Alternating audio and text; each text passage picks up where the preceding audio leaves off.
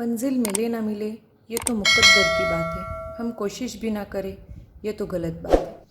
ज़िंदगी ज़ख्मों से भरी है, वक्त को मरहम बनाना सीख लो।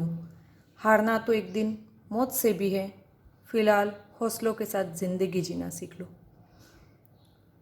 मैं किरण अपने YouTube चैनल साहित्यिक सौष्ठव के माध्यम से आज आपके समक्ष एक ऐसे व्यक्तित्व के धनी बदलू काका की कहानी लेकर उपस्थित हुई हूँ, जो जीवन में कभी भी हार नहीं मानते, जो परिस्थितियों के साथ कभी भी समझौता नहीं करते तथा अपनी परंपरा, अपने रिवायतों पर हमेशा दृढ़ रहते हैं। तो चलो शुरू करते हैं। कक्षा 8 पाठ्यपुस्तक वसंत भाग 3 का पाठ नंबर 2, लाख की चूड़ियाँ। यह एक कहानी है, हिंदी साहित्य की विधा है कहानी, तथा इसके लेखक का नाम है कामता नाथ। कामता नाथ जी ने इस कहानी के माध्यम से औद्योगिकरण, शहरीकरण एवं मशीन युग के कारण बेरोजगार होते ग्रामीण लोगों को तथा जो घरेलू कुटीर उद्योगों के नष्ट होने की जो व्यथा है, उस व्यथा को इस सुंदर कहानी के माध्यम से हमारे समक्ष उपस्थित किया है। इस कहानी में मुख्यतः 2 पात्र हैं, बदलू काका एवं हमारे लेखक जिसका नाम है जनार्दन। बदलू काका व्यवसाय से मनीहार थे, अर्थात वो चूड़ियाँ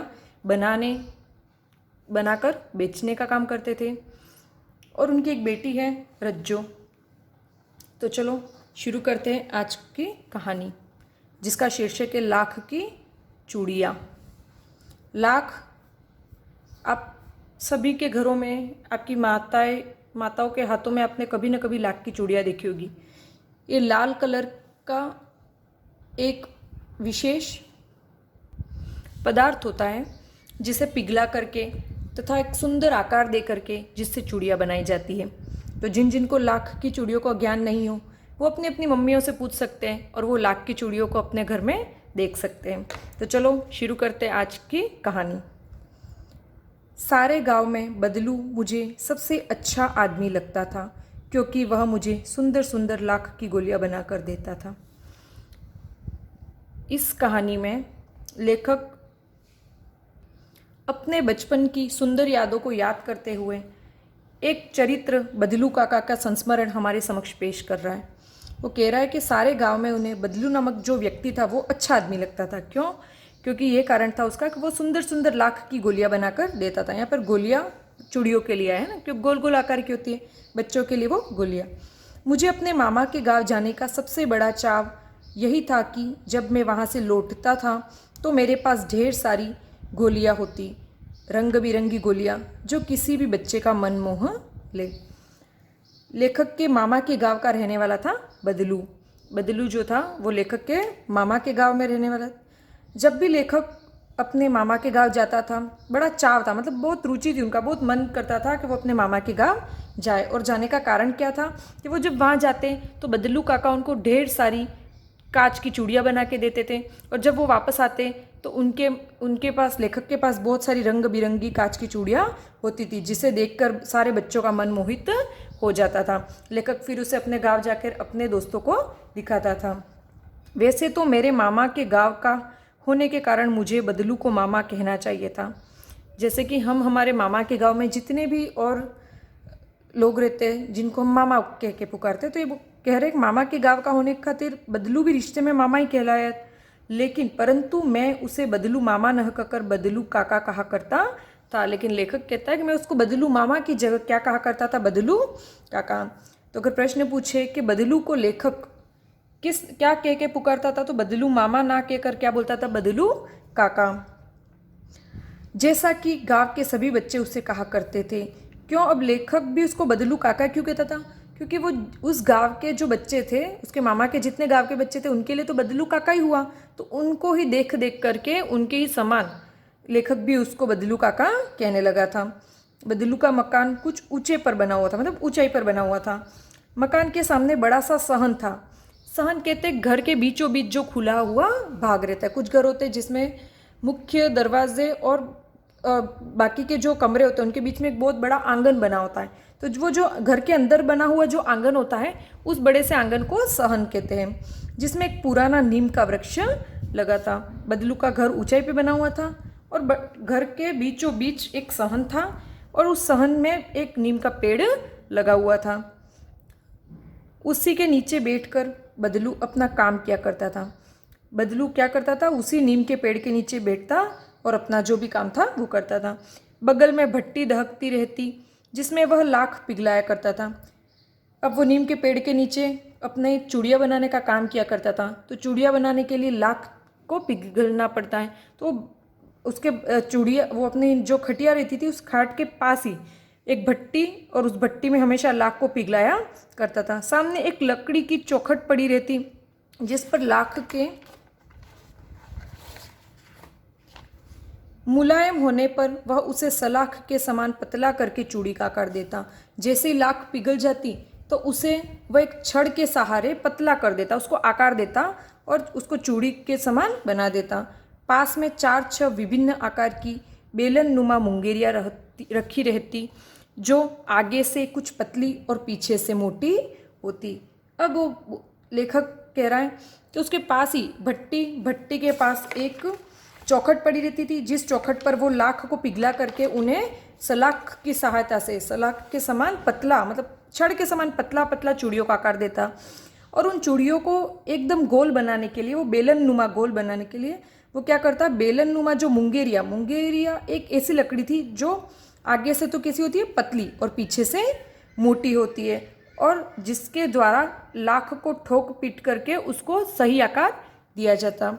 लाख की चूड़ी का आकार देखकर वह उन्हें मुंगेरियों पर चढ़ाकर गोल और चिकना बनाता।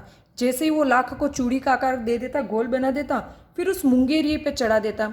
मुंगेरिया जो रहती थी वो कैसी थी, आगे से तो पतली रहती थी और पीछे से मोटी। जैसे आप अपना हाथ भी देख सकते हो, हाथ आगे से यहाँ कलाई का भाग तो पतला होता है, लेकिन जैसे जैसे हम पीछे जाते वैसे वैसे थोड़ा मोटा होता है। तो इसी तरीके से चूड़ियाँ भी ऐसी बनावट में होती थी। तो लाख की चूड़ियों को आकार देकर उन्हें मुंगेरियों पर चढ़ाकर गोल और चिकना बनाता और तब एक एक कर पूरे हाथ की चूड़ियाँ बना चुकने के पश्चात वह उन पर रंग करता। पहले तो वो लाख को पिघला करके उनको छड़ के समान पतला करता और चूड़ी का आकार देता। फिर मुंगेरियों की सहायता से उन्हें गोल और चिकना बनाता और उसके बाद पूरी चूड़ियाँ जब बन जाती तो उन पर वो कलर करता था, उनको रंग देता था। बदलू यह कार्य सदा ही एक मचिए पर बैठकर किया करता था। मचिया का मतलब एक चौकोर छोटी सी खाट। हम सारे शब्दार्थ, कठिन शब्दार्थ साथ साथ में देखते जाएंगे ना। तो छोटा सा जो खाट होता है, सुतली से बना हुआ जो एक छोटा सा खाट, जिसको अपन कह सकते हैं मुड्ढा वगैरह अपन बोलते हैं, वही है ना। चौकोर छोटी जो उस खाट पे बैठ करके वो अपनी चूड़ियाँ बनाता था। बगल में ही उसका हुक्का रखा रहता जिसे वह बीच बीच में पीता रहता। हुक्का आपने पुरानी पिक्चरों में देखा होगा, एक सुराही के समान पात्र होता है जिसमें एक नली लगी होती है। उस नली के सहारे व्यक्ति एक पदार्थ रहता है जिसको मुंह में लेता है और जिससे धुआं निकलता है, तो वह हुक्का पीता रहता बीच बीच में। गांव में मेरा दोपहर का समय अधिकतर बदलू के पास बीतता। लेखक कह रहा है जब भी मैं अपने मामा के गांव जाता तो मैं दोपहर का जो समय होता था, उस दोपहर के समय में मैं अक्सर बदलू काका के पास जाके बैठता। वह मुझे लला कहा करता था। बदलू को लेखक काका कहता था और बदलू जो था वो लेखक को क्या कहता था, लला। और मेरे पहुँचते ही मेरे लिए तुरंत एक मचिया मंगा देता। जैसे ही लेखक उसके पास जाता तो उसके बैठने के लिए भी एक छोटी सी खाट मंगवा देता। मैं घंटों बैठे बैठे उसे इस प्रकार चूड़ियाँ बनाते देखता रहता। लेखक उसको देखता रहता और बदलू काका अपनी चूड़ियाँ बनाता। लगभग रोज ही वह 4-6 जोड़े चूड़ियाँ बनाता था। बदलू काका प्रतिदिन कितने, तो 4 या 6 जोड़ियाँ, मतलब 4 या 6 सेट पूरे चूड़ियों का बनाता था। पूरा जोड़ा बना लेने पर वह उसे बेलन पर चढ़ाकर कुछ क्षण चुपचाप देखता रहता, मानो वह बेलन न होकर किसी नववधू की कलाई हो। थोड़ी देर के लिए तो वो पूरा बना के उसको फिर एक जो बेलन, पूरा जोड़ा बना लेने पर बेलन पर चढ़ा देता और उसको चुपचाप ऐसे देखता मानो, और उस बेलन को ऐसा समझता मानो किसी नववधू, मतलब कोई नई नवेली जो दुल्हन है उसका हाथ हो, कि उस हाथ पर वो चूड़ियाँ कितनी अच्छी सुंदर सुंदर फबेगी। बदलू मनीहार था। ठीक है, यहाँ पर इसका व्यवसाय का आया मनीहार। मनीहार का मतलब होता है जो चूड़ियाँ बनाने वाला है, चूड़ियाँ बेचने वाला, तो उसको कहते हैं मनीहार। और यहाँ पर मैं एक युग्म शब्द आपको साथ में बता रहा हूँ, मतलब सुनने में तो एकदम समान होते हैं लेकिन अर्थ में जिनके भेद हो। मणिहार, मणिहार का मतलब है चूड़िया बेचने वाला, और मनुहार, मनुहार का मतलब मनाना, कहते हैं ना अपन मनुहार करना अर्थात मनाना किसी को। चूड़िया बनाना उसका पैतृक पेशा था। पैतृक कहते हैं बाप दादों से जो, मतलब जो अपने पिता, उनके पितामह, मतलब पिता दादा, उनके भी दादा पापा जो करते थे, जो हमारे परिवार का जो पैतृक परिवार का जो व्यवसाय धंधा है, वो वास्तव में वह बहुत ही सुंदर चूड़िया बनाता था। उसकी बनाई हुई चूड़ियों की खपत, मतलब उसकी जो बनाई हुई चूड़िया थी वो बहुत बिकती थी, भी बहुत थी।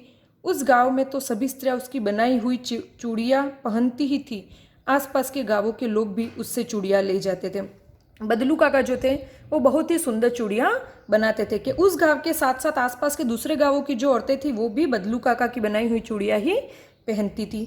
परंतु वह कभी भी चूड़ियों को पैसे से न बेचता था। देखो यहाँ पर बदलू काका की विशेषता बता रहे कि वो पैसों से बेचता नहीं था, उसके लिए वो चूड़ियों को पैसों से ना ही बेचकर क्या करता था, उसका अभी तक वस्तु विनिमय का तरीका था। वस्तु विनिमय, वस्तु मतलब चीज़ें, विनिमय मतलब बेच, मतलब वो लोग चीज अपने, पहले ज़माने में क्या होता था, पैसों के बदले चीज़ें नहीं मिलती थी बल्कि चीज़ों के बदले चीज़ें मिलती थी। जैसे किसान है वो अनाज उगाता था तो अनाज देता था, और सामने वाला जैसे कोई कुम्हार है तो कुम्हार उसकी जगह उस अनाज के बदले में उसको क्या दे देता था, घड़े मटके दे देता। इसी प्रकार लुहार, कुम्हार, बढ़ई, दर्जी, जितने भी व्यवसायी लोग थे या जितने भी लोग थे पुराने ज़माने में, वो एक वस्तु दे करके उसके बदले में दूसरी वस्तु खरीद लेते थे। तो वस्तु विनिमय का अर्थ है कि वस्तु के बदले वस्तु को खरीदना या बेचना। इस प्रकार से वो पैसों के स्थान पर वो वस्तु विनिमय करता था, और लोग अनाज के बदले उससे चूड़ियाँ ले जाते। वो चूड़ियों के बदले क्या लेता था, लोगों से अनाज लेते था। बदलू स्वभाव से बहुत सीधा था, उसके स्वाभाविक विशेषता बताते वो बहुत सीधा था, मतलब सीधा सरल आदमी था। मैंने कभी भी उसे किसी से झगड़ते नहीं देखा, वो कभी किसी से झगड़ा भी नहीं करता था। हाँ, शादी विवाह के अवसरों पर वह अवश्य जीत पकड़ जाता था। जीवन भर चाहे कोई उससे मुफ्त चूड़ियाँ ले जाए, परंतु विवाह के अवसर पर वह सारी कसर निकाल लेता था। कि वो आजीवन तो सबको अनाज के बदले में ही चूड़ियाँ बेचता था, लेकिन जब किसी के घर में शादी विवाह हो, कि शादी के अवसर पर तो विशेष हम चूड़ियाँ बनवाते दुल्हन के लिए, तो जब ये दुल्हन के जोड़े के लिए जो चूड़ियाँ रहती थी उसको लेकर के वो जिद पकड़ लेता था, क्योंकि वो विवाह के अवसर पर ही उसकी कमाई का एक बहुत बड़ा स्रोत था। वो विवाह के अवसर पर वो अपनी अच्छी खासी कमाई कर लेता था। आखिर सुहाग के जोड़े का महत्व ही और होता है कि वो जो चूड़ियाँ होती विवाह के अवसर पर, वो सुहाग के जोड़े का चूड़ा होता है, तो उस चूड़ियों का बहुत अधिक महत्व होता है। मुझे याद है मेरे मामा के यहाँ किसी लड़की के विवाह पर जरा सी किसी बात पर बिगड़ गया था, और फिर उसको मनाने में लोहे लग गए। कि वो कह रहा है कि लेखक याद करके बता रहा है कि मुझे याद है कि मेरे मामा के गांव में किसी लड़की की शादी थी, और उस शादी के लिए बदलू काका के घर पे चूड़ियाँ लेने गए, लेकिन चूड़ियों को लेकर किसी बात पर वो बिगड़ गए थे।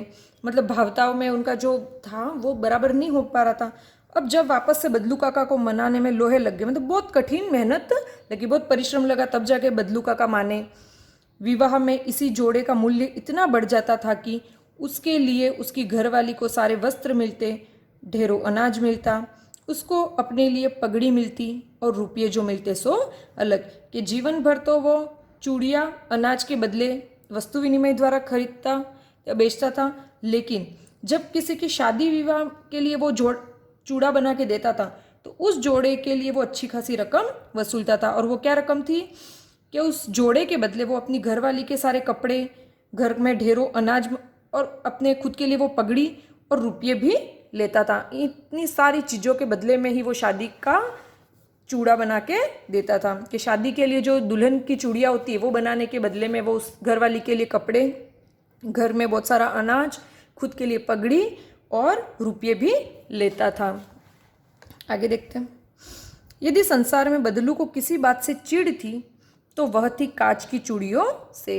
वो कहता है कि बदलू काका ऐसे तो बहुत अच्छे स्वभाव के थे, लेकिन उनको एक चीज़ से चिढ़ थी, वो थी कांच की चूड़ियाँ। यदि किसी भी स्त्री के हाथों में, स्त्री मतलब औरत है ना, यदि किसी भी स्त्री के हाथों में उसे कांच की चूड़ियाँ दिख जाती तो वह अंदर ही अंदर कुड़ उठता, और कभी कभी तो दो चार बातें भी सुना देता। उनको कांच की चूड़ियों से इतनी ज़्यादा चिढ़ थी कि वो या तो मन ही मन उस औरत पे चिढ़ जाता, या फिर कभी कभी तो गुस्सा ज़्यादा आता तो उस औरत को भी दो चार बातें भी सुना देते थे। मुझसे तो वह घंटों बातें किया करता, कभी मेरी पढ़ाई के बारे में पूछता, कभी मेरे घर के बारे में, और कभी यूं ही शहर के जीवन के बारे में। लेखक बता रहा है कि बदलू काका और मैं घंटों बातें करते थे। उनमें वो अधिकतर तो लेखक की पढ़ाई के बारे में, घर वालों के बारे में और शहरीकरण, शहरी जो जीवन होता है उसके बारे में पूछता। मैं उससे कहता कि शहर में सब कांच की चूड़ियाँ पहनते हैं, तो वह उत्तर देता, शहर की बात और है लला, वहाँ तो सभी कुछ होता है। ये शहर की तो भाई बात ही अलग है, वहाँ सब कुछ होता है। वहाँ तो औरतें अपने मर्द का हाथ पकड़कर सड़कों पर घूमती भी है। अब देखो, मर्द जो शब्द है वो देसी, मतलब मर्द शब्द असल है, लेकिन उस शब्द को देसीपन में ढालते हुए जो हमारी आंचलिक भाषा होती है, जो देसी भाषा होती है, हम उसमें शब्दों को बिगाड़ देते हैं और अपनी सहूलियत के हिसाब से इस तरीके से उच्चारण करते हैं। मर्द शब्द का उच्चारण बदलू काका मर्द कर रहे। इससे पता चल रहा है बदलू काका कैसे अनपढ़ है, उनको वो पढ़े लिखे नहीं है। तो वो अपनी देसी भाषा में कह रहे हैं कि भाई वहाँ तो औरतें जो होती है वो अपने जो आदमी होते हैं, अपने जो पति होते हैं, उनका हाथ पकड़कर सड़कों पर भी घूमती है और फिर उनकी कलाइयाँ नाजुक भी होती है ना। कि लेखक जब कहता है कि भाई शहर में तो औरतें जो होती है वो कांच की चूड़ियाँ पहनती है, तो इसका प्रत्युत्तर देते हुए जो बदलू काका वो कहते हैं कि वहाँ का रहन सहन अलग है। वहाँ की जो औरतें होती है, शहर की जो औरतें होती है, वो सड़क पर अपने पति के हाथ में हाथ डालकर घूमती है और उनकी कलाई नाजुक होती है, इसलिए वो लाख कांच की चूड़ियाँ पहनती है। लाख की चूड़ियाँ पहने तो मोच ना आ जाए, अगर वो उनकी इतनी पतली कोमल नाजुक, मतलब कोमल जो कलाइयाँ होती है, हाथ होते हैं, उसमें लाख की चूड़ियाँ पहनेगी तो मोच आ जाएगी, मतलब चोट लग जाएगी।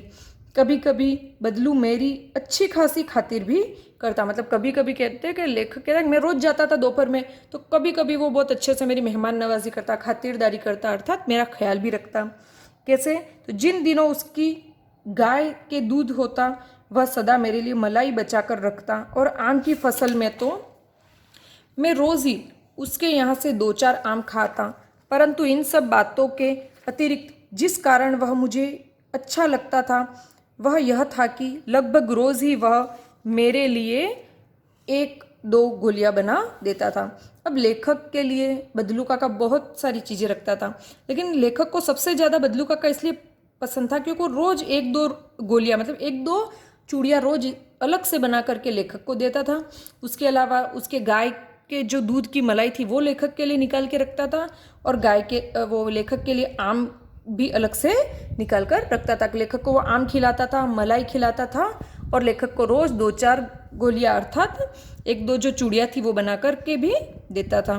मैं बहुधा, मतलब अधिकतर मैं बहुधा हर गर्मी की छुट्टी में अपने मामा के यहाँ चला जाता। मैं अधिकतर तो हर गर्मी की छुट्टी में जब छोटा था तब अपने मामा के वहाँ चला जाता, और एक आध महीने वहाँ रहकर स्कूल खुलने के समय तक वापस आता। पूरी गर्मी की छुट्टियाँ में वहाँ रहता मामा के गांव, और जब वापस से स्कूल जो विद्यालय खुलते तब मैं वापस आता। परंतु दो तीन बार ही मैं अपने मामा के यहाँ गया होऊंगा, तभी मेरे पिता की एक दूर के शहर में बदली हो गई। बदली मतलब ट्रांसफ़र हो गया, कि मैं दो तीन बार ही ऐसे गया था और लेकिन इतने में ही मेरे पापा का ट्रांसफ़र हो गया, दूर उनका स्थानांतरण हो गया, और एक लंबी अवधि तक मैं अपने मामा के गांव न जा सका। और उसके बाद इतना दूर था, मेरे पापा का ट्रांसफ़र इतना दूर हुआ था, उसके बाद मैं अपने मामा के गांव पर सालों तक नहीं जा सका। देखो यहाँ पर लिखा एक शब्द अवधि, इसमें धी की मात्रा छोटी है ना, इस अवधि का मतलब होता है समय। यहाँ पर एक, और अवधि में धी की मात्रा अगर बड़ी होती है तो इसका मतलब होता है भाषा। ये युग्म शब्द दिखने में बिल्कुल सेम है, उच्चारण में बिल्कुल समान है, समान उच्चारित शब्द है, लेकिन इनका अर्थ अलग होता है। तो अवधि अर्थात समय सीमा, और अवधि अर्थात एक भाषा विशेष, जैसे ब्रज, अवधि, हिंदी, खड़ी बोली, ये ऐसे ही एक भाषा का नाम है अवधि भाषा। एक लंबी अवधि तक मैं अपने मामा के गांव न जा सका। तब लगभग 8-10 वर्षों के बाद जब मैं वहां गया तो इतना बड़ा हो चुका था कि लाख की गोलियों में मेरी रुचि नहीं रह गई थी। अब लेखक कह रहा है कि मेरे पापा का स्थानांतरण, ट्रांसफ़र कहीं और हो गया था, तो उसके बाद में जब 8 और 10 साल बीत गए थे, उसके बाद में अपने मामा के घर जब गया तब मैं इतना बड़ा हो गया था कि फिर मेरे लिए लाख की जो चूड़ियाँ थी उसमें कोई भी रुचि नहीं रह गई थी, कोई इंटरेस्ट नहीं रह गया था।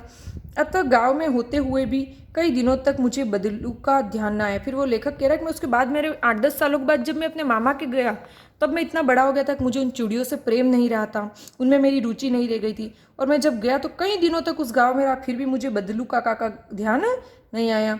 इस बीच मैंने देखा कि गाँव में लगभग सभी स्त्रियाँ कांच की चूड़ियाँ पहने हैं। कि मैंने ध्यान से देखा कि सारी औरतों के हाथों में कैसी है, कांच की चूड़ियाँ हैं। विरले ही हाथों में मैंने लाख की चूड़ियाँ देखी कि बहुत कम ऐसे हाथ थे, मतलब बहुत कम लोग औरतें ऐसी थी जिन्होंने अपने हाथों में लाख की चूड़ियाँ पहन रखी थी। तब एक दिन सहसा मुझे बदलू का ध्यान आया। बात यह हुई कि बरसात में मेरे मामा की छोटी लड़की आंगन में फिसलकर गिर पड़ी और उसके हाथ की कांच की चूड़ी टूटकर उसकी कलाई में घुस गई। वो कह रहा है कि मुझे ऐसे तो बदलू काका का ध्यान नहीं आता, लेकिन ऐसा एक वाक्य हो गया जिसके खातिर मुझे उनका ध्यान आया। क्या बात हुई थी कि लेखक की जो मामा की लड़की थी वो बरसात में आंगन में फिसल करके गिर गई थी और उसने अपने हाथों में कांच की चूड़ियाँ पहन रखी थी जो उसके कलाई टूट करके उसकी कलाई में घुस गई थी और खून निकल रहा था। मेरे मामा उस समय घर पर न थे, मुझे ही उसकी मरहम पट्टी करनी पड़ी। कि कह रहे लेखक कह रहा है कि मेरे मामा जी तो घर पे नहीं थे तो मैंने उसकी मरहम पट्टी की, मतलब उसकी दवाई वगैरह की। तभी सहसा मुझे बदलू का ध्यान आया। मैंने सोचा कि उससे मिल आऊँ। फिर इतने में लेखक को ध्यान आता है कि हाँ यार बदलू काका है, उनको मिल के आता हूँ। अतः शाम को मैं घूमते घूमते उसके घर चला गया। बदलू वहीं चबूतरे पर नीम के नीचे खाट पर लेटा था। वो देखता है कि तब बदलू काका जो थे वो चबूतरे के नीचे एक नीम का जो पेड़ था उनके उस पेड़ के नीचे खाट, मतलब जो अपने बेड खटिया रहता है उस पे वो लेटे हुए थे। नमस्ते बदलू काका, मैंने कहा। लेखक जाके उनको नमस्ते कहता है। नमस्ते भैया, उसने मेरी नमस्ते का उत्तर दिया। वो भी जैसे सुनते तो उन्होंने भी कहा नमस्ते और उठकर खाट पर बैठ गया। परंतु उसने मुझे पहचाना नहीं और देर तक मेरी ओर निहारता रहा। लेकिन अब बदलू काका 8-10 सालों बाद जब लेखक जाता तो उसे एकदम से पहचान नहीं सकता और देर तक उसे निहारता रहा, मतलब देखते रहते कि कौन बच्चा है। मैं जनार्दन काका। अब लेखक अपना परिचय देता है, मैं हूँ जनार्दन। जनार्दन, लेखक का नाम क्या है? जनार्दन। आपके पास से गोलियां बनवा कर ले जाता था। मैंने अपना परिचय दिया। अब वो बता रहा है कि मैं हूँ जनार्दन, मैं आपके पास से वो गोलियां बनवा के ले जाता था। बदलू फिर भी चुप रहा। बदलू काका फिर भी चुप रहते, मानो वह अपने स्मृति पटल पर अतीत के चित्र उतार रहा हो। बदलू काका को फिर भी ध्यान नहीं आया। ऐसा लग रहा था मानो वो अपनी याददाश्त को टटोल करके पुराने जो अतीत, मतलब जो पुरानी यादें हैं उनको वापस से झकझोर रहा हो। तब वह एकदम बोल उठा, आओ आओ लला बैठो। अब एकदम से उनको ध्यान आता है, हाँ ये तो वो बच्चा था जो आता था अक्सर, बहुत दिन बाद गाँव आए। हाँ इधर आना नहीं हो सका काका। अब वो कहता है हाँ बहुत टाइम वक्त हो गया, मैं इतने सालों तक आ नहीं सका। मैंने चारपाई पर बैठते हुए उत्तर दिया। कुछ देर फिर शांति रही। मैंने इधर उधर दृष्टि दौड़ाई। वो आसपास नज़र घुमाता है। न तो मुझे उसकी मचियाई नजर आई और न ही भट्टी। लेखक देखता है कि भाई हमेशा तो बदलू काका चूड़ियाँ बनाते, यहाँ भट्टी रहती थी और यहाँ पर ही वो अपनी लाख की चूड़ियाँ बनाते थे, लेकिन आज ना तो उनको मचिया दिखाई दी और ना ही भट्टी दिखाई दी। आजकल काम नहीं करते काका? मैंने पूछा। अब लेखक के मन में कौतूहल हुआ। उन्होंने जिज्ञासा वश पूछा कि क्या वो आजकल काम नहीं करते? नहीं लला, काम तो कई सालों से बंद है। मेरी बनाई हुई चूड़ियाँ कोई पूछे तब तो। वो कह रहा काम तो बंद हो गया, अब जब लाख की चूड़ियों की मांग ही नहीं रही, उनको कोई खरीदेगा ही नहीं तो बना के क्या करूं? गांव गांव में कांच का प्रचार हो गया। अब तो गांव गांव में लोग लाख की चूड़ियों के स्थान पर कांच की चूड़ियाँ पहनने लगे हैं। वह कुछ देर चुप रहा, फिर बोला, मशीन युग है न लला, आजकल सब काम मशीन से होता है। खेत भी मशीन से जोते जाते हैं और फिर जो सुंदरता कांच की चूड़ियों में होती है लाख में कहाँ संभव है। इस पूरे भाग को पढ़कर हमें पता चलता है कि भाई औद्योगिक जो विकास है उसके खातिर गांव में जो छोटे छोटे उद्योग धंधे थे वो पूरी तरीके से नष्ट हो गए। पहले ग्रामीण लोग अपने सारे दैनिक जीवन में उपयोग में आने वाली सारी चीज़ें खुद बना के बेचते थे, जिसके खातिर उनको उसी उद्योग के माध्यम से वो अपनी आजीविका चलाते थे। लेकिन आजकल खेत भी मशीनों से जोते जाते, कांच बड़े फैक्ट्रियों में चूड़ियाँ और बाकी जो ज़रूरत के सामान भी बनाए जाते हैं, जिसके खातिर लोग अब बेरोजगार हो गए। मशीनीकरण के साथ हमारे जीवन में बेरोजगारी बढ़ती जा रही है। लेकिन कांच बड़ा खतरनाक होता है, बड़ी जल्दी टूट जाता है, मैंने कहा। और लेखक कहता है हाँ वो बात तो है भाई, लेकिन कांच बहुत ही खतरनाक होता है, टूट भी जल्दी जाता है। नाजुक तो फिर होता ही है लला। कहते कहते उसे खांसी आ गई और वह देर तक खांसता रहा। तो कहता है हाँ ये बात तो सही है, नाजुक होता है, और उसको खांसी आ गई। मुझे लगा उसे दमा है। दमा मतलब अस्थमा। अवस्था के साथ साथ उसका शरीर ढल चुका था, मतलब कमज़ोर हो गया था बिल्कुल। जो बदलू काका थे वो बूढ़े हो गए थे, कमज़ोर हो गए थे। उसके हाथों पर और माथे पर नसें उभर आई थी। जाने कैसे उसने मेरी शंका भांप ली और बोला, दमा नहीं है मुझे। उसने देखा कि लेखक उसको शंका भरी नज़रों से देख रहा था, तो वो बोलता कि नहीं नहीं मुझे दमा नहीं, फसली खांसी है, यही महीने 2 महीने से आ रही है, 10-15 दिन में ठीक हो जाएगी। कि मुझे दमा नहीं है, ये तो फसली खांसी है, मतलब वक्ती खांसी है जो कुछ महीने आएगी और फिर 10-15 दिन में वो ठीक भी हो जाऊंगा। मैं चुप रहा। मुझे लगा उसके अंदर कोई बहुत बड़ी व्यथा छिपी है। लेखक चुप रहता है, लेकिन उसने देख लिया था, उसने भाप लिया था कि अंदर ही अंदर बदलू काका बहुत ही ज़्यादा दर्द में, कष्ट में। मैं देर तक सोचता रहा कि इस मशीन युग ने कितने हाथ काट दिए। ये लाइन बहुत इंपॉर्टेंट है। इससे पता चल रहा है कि मशीनीकरण के खातिर लोगों को रोजगार के जितने अवसर थे वो सब उनसे छीन लिए गए। मशीनों ने इंसानों का स्थान ले लिया है। जहाँ हज़ारों की संख्या में आदमी लगते थे, वहाँ पर एक मशीन ने काम करके कम समय में उत्पादन दिया, जिसके खातिर इतने सारे लोग बेरोजगार हो गए। कुछ देर फिर शांति रही, जो मुझे अच्छी नहीं लगी। अब फिर से क्या बात करें, तो बिल्कुल शांत हो गया माहौल। आम की फसल अब कैसी है काका? कुछ देर पश्चात मैंने विषय बदलते हुए पूछा। अब लेखक कुछ और बात निकालने के लिए पूछता है कि आम की फसल कैसी रही? वो कहता अच्छी है लला, बहुत अच्छी है। उसने लहक कर उत्तर दिया और अंदर अपनी बेटी को आवाज़ दी, अरे रज्जो, लला के लिए आम तो ले आ। अब एकदम से लेखक बात का विषय बदलते हुए पूछता है कि आम की फसल कैसी रही? तो वो खुश होकर एकदम से कहता है कि बहुत अच्छी रही लला के, और अपनी बेटी को आवाज़ देता है कि अरे रज्जो, जो लला के लिए आम तो ले आ। फिर मेरी और मुखातिब होकर बोला, माफ़ करना लला, तुम्हें आम खिलाना भूल गया था। वो एकदम से फिर वापस से लेखक की तरह मुंह करके बोलता है। मुखातिब मतलब देख करके बोलता है बदलू काका, अरे माफ़ करना, मैं तो तुम्हें आम खिलाना ही भूल गया। नहीं नहीं काका, आम तो इस साल बहुत खाए। लेखक के तक बहुत आम खाए, मैंने तो ऐसे ही बस पूछ लिया था। वाह वाह, बिना आम खाए खिलाए कैसे जाने दूंगा तुमको? कोवल तक भाई बिना आम खिलाए तो मैं कैसे तुमको जाने दूँ? मैं चुप हो गया। लेखक चुप हो गया। मुझे वे दिन याद हुआ है जब वह मेरे लिए मलाई बचाकर रखता था। इतने में लेखक को याद आया कि बदलू काका अक्सर जब उनके घर पे गाय रहती थी तो वो मलाई, दूध की मलाई निकाल करके लेखक को खिलाया करता था। गाय तो अच्छी है ना काका? मैंने पूछा। बदलू काका उत्तर देते, गाय कहाँ है लला? 2 साल हुए, बेच दी। कहाँ से खिलाता? अब वो कह रहे जब मेरा उद्योग पूरा जो चूड़िया का व्यापारी ठप हो गया था तो गाय को खिलाने के लिए कुछ था ही नहीं मेरे पास, कहाँ से खिलाता? 2 साल पहले ही मैंने गाय को बेच दिया। इतने में रज्जो, उसकी बेटी, अंदर से एक डलिया में ढेर सारे आम लेकर आई। डलिया मतलब बांस की एक छोटी सी टोकरी, कि एक बांस की छोटी सी टोकरी में बहुत सारे आम लेकर आती है। यह तो बहुत है काका। इतने सारे आम देख के लेखक बोलता भाई ये तो बहुत सारे, इतने कहाँ से खा पाऊंगा? मैंने कहा। वाह वाह, वह हंस पड़ा। शहरी ठहरे ना? अब बदलू काका हंस के कहता, अरे तुम तो शहरी ठहरे, इसलिए मैं तुम्हारी उम्र का था तो इतने इसके चौगुने आम एक बखत में खा जाता। देखो उम्र, उम्र मतलब उम्र, और बखत मतलब वक्त, ये भी देसी भाषा है। तो कहता है भाई मैं तुम्हारी उम्र का जब तुम्हारे बराबर था तब तो इससे 4 गुना आम खा जाता था। आप लोगों की बात और है, मैंने उत्तर दिया। लेखक कहता है भाई आप लोगों की तो बात अलग है, चलो। अच्छा बेटी, लला को 4-5 आम छाट कर दो। वो अपनी बेटी को कहता है बदलू काका कि ठीक है 4-5 आम सिंदूरी वाले देना, सिंदूरी वाले 4-5 अच्छे अच्छे आम निकाल के दे दो। देखो लला कैसे है, इसी साल यह पेड़ तैयार हुआ है लला, ये देखो तुम कि कैसे ये खाने में कैसे रसीले है क्या यूँ, कि ये जो पेड़ है मतलब इस पेड़ पर पहली बार इस साल आम आए हैं। रज्जो ने 4-5 आम अंजुली में लेकर मेरी ओर बढ़ा दी। अंजुली मतलब उसने दोनों हाथों में से लेकर के 4-5 आम लेखक के सामने बढ़ा दिए। आम लेने के लिए मैंने हाथ बढ़ाया तो मेरी निगाह एक क्षण के लिए उसके हाथों पर ठिठक गई। जैसे ही आम लेने के लिए लेखक अपना हाथ बढ़ाता है तो उसकी जो आंखें थी वो रज्जो के हाथों पर ठहर गई। गोरी गोरी कलाइयों पर लाख की चूड़ियाँ बहुत ही फब रही थी। वो देखता है कि गोरी गोरी रज्जो के हाथ जो थे उस पर वो लाख की चूड़ियाँ बहुत ही सुंदर लग रही थी, फब रही थी, मतलब सुंदर दिख रही थी। बदलू ने मेरी दृष्टि देख ली और बोल पड़ा, यही आखिरी जोड़ा बनाया था जमींदार साहब की बेटी के विवाह पर। बदलू काका कहता है कि मैंने अपने आखिरी जो जोड़ा जो चूड़ियाँ बनाई थी वो था यही जोड़ा था जो कि जमींदार साहब की बेटी की शादी पर बनाया था।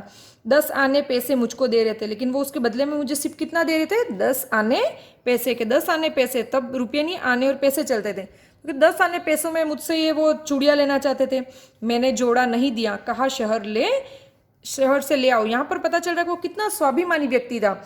उसने अपना जो व्यवसाय था उसके साथ कभी भी किसी भी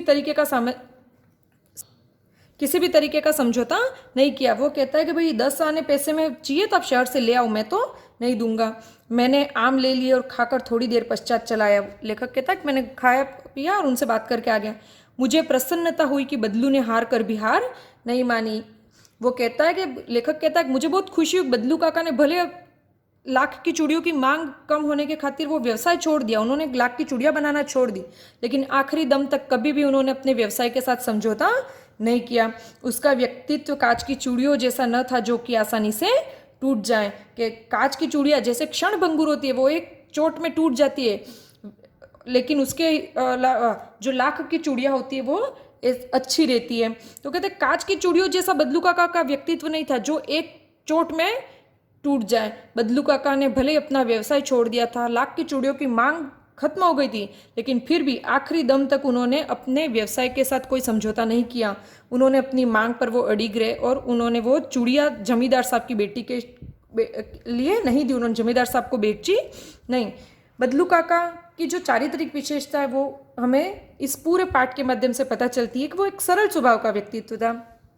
वो अपने पैतृक व्यवसाय मतलब जो मनिहारी का काम था उससे अपना जीवन यापन करते थे और उससे उनको बहुत प्रेम था।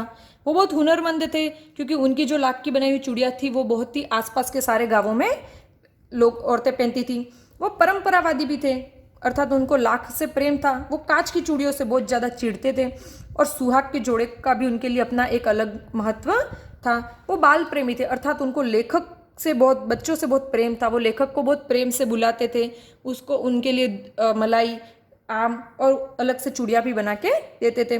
वो एक अडिग और दृढ़ व्यक्तित्व का आदमी था। मतलब जो बदलू काका थे वो दृढ़ व्यक्तित्व थे, वो अडिग थे, वो कभी भी किसी भी परिस्थिति में झुकने वालों में से नहीं थे और वो अपने उसूलों के पक्के थे। इस प्रकार से बदलू काका के माध्यम से तथा एक मणिहार के उद्योग से लेखक हमारा ध्यान औद्योगिकरण एवं शहरीकरण के खातिर जो गांवों में रचे बसे जो लघु उद्योग थे, कुटीर उद्योग थे, उनके रास की तरफ हमारा ध्यान आकर्षित कर रहा है। लेखक बता रहा है कि शहरीकरण के खातिर, मशीनी युग के खातिर हजारों लोगों के उद्योग धंधे चौपट हो गए, हजारों लोगों की जो आय व्यवस्था थी, जो आय का स्रोत था वो नष्ट हो चुका है। लेकिन फिर भी बदलू काका के जैसे कुछ स्वाभिमानी व्यक्ति आज भी हैं जो किसी भी परिस्थिति में समझौता करना नहीं जानते।